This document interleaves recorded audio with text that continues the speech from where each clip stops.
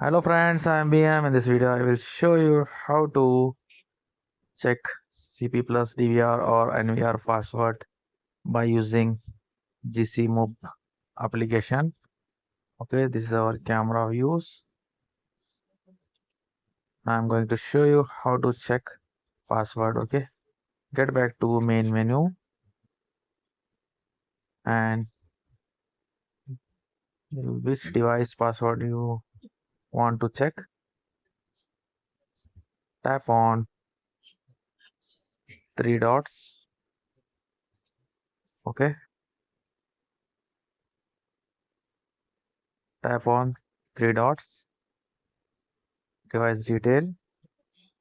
Make sure your device will be online. Now tap on this edit option. After this, tap on device password and check here device password. That's it. This simple steps to check your DVR password. Thank you for watching me. See you on next